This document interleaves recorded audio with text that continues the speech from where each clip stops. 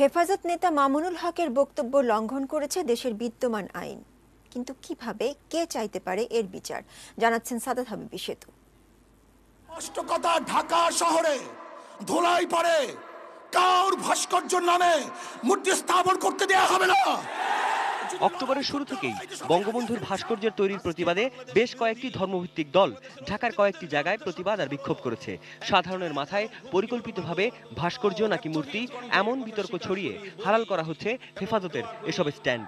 যদি কেউ বঙ্গবন্ধুর সুসন্তান হয়ে থাকে, তার মৃত্যুর পরে তার সঙ্গে এই ধরনের বিশ্বাসঘাতকতা করে তার রূহ এবং তার আত্মাকে কষ্ট দেওয়ার দুঃসাহস কেউ করবে না।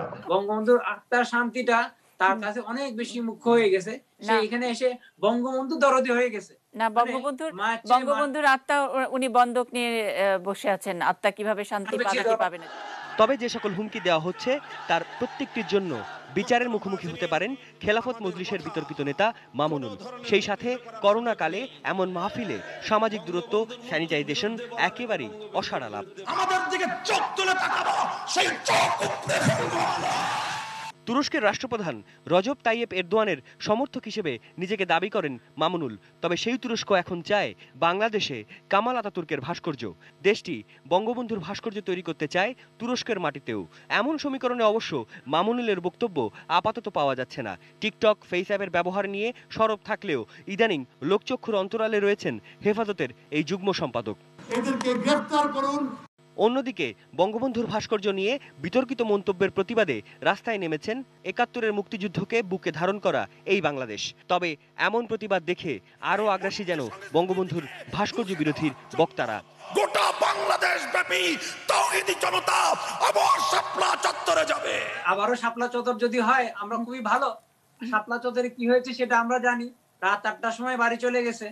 তো ওরা দিনের বেলা এখানে আপনার এতিমখানার বিরিয়ানি খেয়ে রাত ৮টার সময় বাড়ি চলে যাচ্ছে। এই আইনজ্ঞ মনে করেন স্বাধীন এ দেশের যে কোনো নাগরিক চাইলে এই ইস্যুতে আইনি লড়াইয়ে নামতে পারেন, কিন্তু কিভাবে? ডিজিটাল সিকিউরিটি আইনের অধীনে বলা আছে যে যদি ইলেকট্রনিক বিন্যাসে এমন কোনো কথা প্রকাশ পায় যেটা মানুষকে আইন অমান্য করতে উদ্বুদ্ধ করে, কিংবা কারো ধর্মীয় অনুভূতিতে আঘাত হয়, কিংবা অন্যের কোনো মানহানি হয়, এই ধরনের বক্তব্য যদি ইলেকট্রনিক মিডিয়াতে ইলেকট্রনিক ফর্মে প্রকাশ হয় তাহলে সেটা একটা অপরাধ হবে এবং সেটা সাইবার অপরাধ ট্রাইব্যুনালের অধীনে বিচারযোগ্য একটা শাস্তিযোগ্য অপরাধ হতে পারে।